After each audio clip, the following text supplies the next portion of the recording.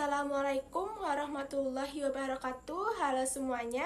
Perkenalkan, nama saya Kaila Putri Rebina dengan NIM G1D1251113 dari kelas 1D Prodi Ilmu Kesehatan Masyarakat. Pada video kali ini, saya akan menjelaskan materi mengenai kebijakan kependudukan dan program kesehatan.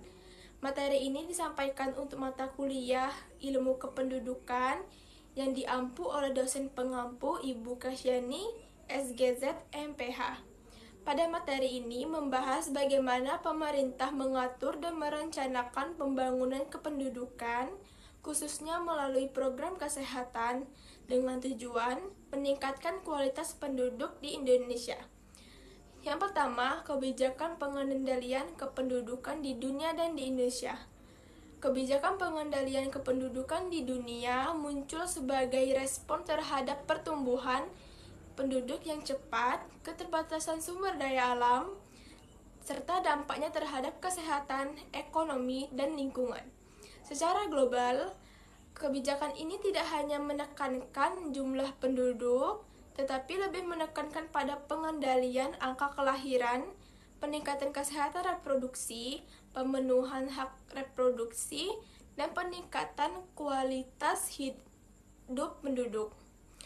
Banyak negara menerapkan kebijakan ini melalui program keluarga berencana atau disebut juga dengan KB, pendidikan kesehatan reproduksi, peningkatan akses alat dan layanan kontrasepsi, serta pemberdayaan perempuan dan penundaan usia perkawinan. Pendekatan global menekankan bahwa penduduk yang berkualitas lebih penting daripada sekedar jumlah penduduk yang besar. Sehingga kebijakan pengendalian penduduk diarahkan untuk mendukung pembangunan berkelanjutan.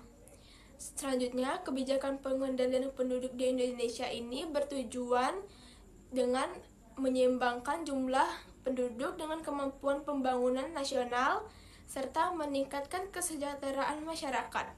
Kebijakan ini dilaksanakan melalui program keluarga berencana atau KB, pendewasaan usia perkawinan, pengaturan jarak dan jumlah kelahiran, serta peningkatan kesehatan bayi, ibu, dan anak. Pelaksanaan kebijakan ini dikoordinasikan oleh BKKBN bekerjasama dengan Kementerian Kesehatan dan pemerintah daerah. Selain itu, kebijakan pengendalian penduduk ini di Indonesia juga diarahkan untuk menurunkan angka kematian ibu dan bayi, meningkatkan kualitas keluarga, serta mendukung pembangunan penduduk yang berkualitas dan berdaya saing. Kebijakan ini menjadi bagian penting dalam pembangunan nasional, termasuk dalam upaya pencegahan stunting dan peningkatan kualitas sumber daya manusia. Selanjutnya, program keluarga berencana atau KB. Keluarga berencana adalah program untuk merencanakan kehamilan dengan tujuan membentuk keluarga kecil yang bahagia dan sejahtera. KB dibuat menyesuaikan laju pertumbuhan penduduk di Indonesia.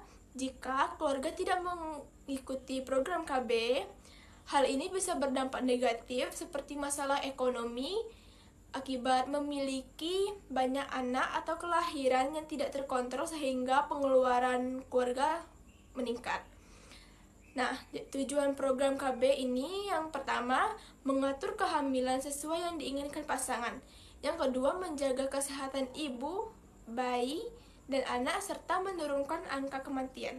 Yang ketiga, meningkatkan akses informasi, pendidikan, konseling, dan layanan KB serta kesehatan reproduksi.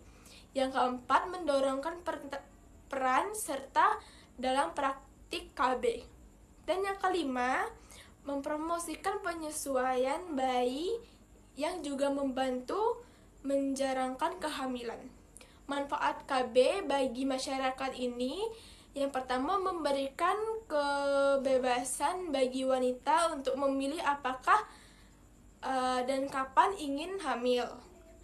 Terus yang kedua itu menurunkan angka kematian bayi dan ibu dengan menjarangkan kelahiran. serta memberdayakan masyarakat dan meningkatkan pendidikan sehingga keputusan kesehatan reproduksi lebih berbasis informasi.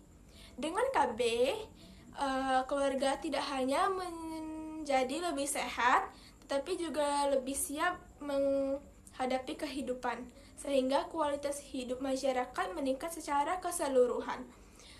Dalam perspektif Kemenkes, data demografi menjadi dasar penting dalam perencanaan pelayanan kesehatan.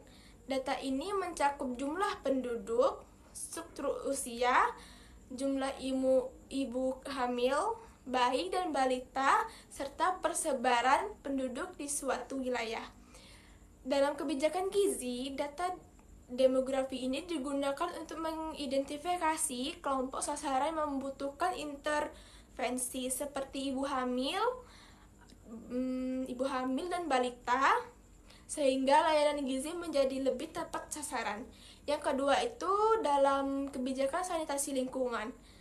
Data ini membantu menentukan wilayah dengan kepadatan penduduk tinggi dan keterbatasan akses air bersih, sehingga intervensi sanitasi lebih efektif.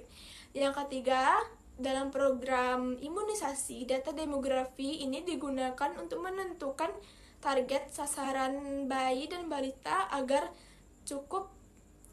cakupan imunisasi optimal dan merata. Dengan penggunaan data demografi, kebijakan kesehatan menjadi lebih efektif, efisien, dan berorientasi pada kebutuhan masyarakat. Selanjutnya, studi kasus mengenai program pembangunan penduduk dan keluarga berkualitas dalam pencegahan stunting. Stunting adalah masalah gizi kronis yang tidak hanya dipengaruhi oleh asupan makanan, tetapi juga kondisi kependudukan dan kualitas keluarga seperti jarak kelahiran, usia ibu saat hamil, pola asuh, serta kondisi kesehatan dan lingkungan keluarga. Melalui program pembangunan penduduk dan keluarga berkualitas, pemerintah melakukan upaya pencegahan stunting dengan pendekatan menyeluruh, salah satunya melalui program keluarga berencana atau program KB, untuk mengatur jarak dan jumlah kelahiran agar ibu memiliki kondisi kesehatan optimal sebelum dan selama kehamilan. Program ini juga menekankan peningkatan kualitas keluarga melalui edukasi kesehatan ibu dan anak, pemenuhan gizi, serta pemanfaatan layanan kesehatan seperti posyandu dan puskesmas, terutama pada 1000 hari pertama kehidupan atau disebut juga dengan HPK. Pendekatan ini sejalan dengan Perpres nomor 72 tahun 2021 tentang percepatan penurunan stunting, yang menegaskan Baik, ini ada beberapa referensi yang telah saya cari. Integrasi dan lintas sektor, melibatkan BKKBN, Kemenkes, dan pemerintah daerah. Dengan demikian, program ini menunjukkan bahwa kebijakan kependudukan dan program kesehatan saling terkait melalui pembangunan keluarga ini beberapa referensi yang telah saya cari. Berencana dan berkualitas. Kesimpulannya, kebijakan kependudukan dan program kesehatan di Indonesia saling terkait erat untuk meningkatkan kualitas hidup dan kesejahteraan masyarakat. Program KB dan penggunaan data demografi menjadi strategi utama dalam pembangunan keluarga sehat dan berkualitas, termasuk pencegahan stunting. Dengan kebijakan yang tepat, implementasi program kesehatan menjadi lebih efektif dan sasaran intervensi dapat dicapai, sehingga masyarakat Indonesia dapat menikmati kualitas hidup yang lebih baik. Sekian dari penjelasan materi saya akhiri. Wassalamualaikum warahmatullahi wabarakatuh.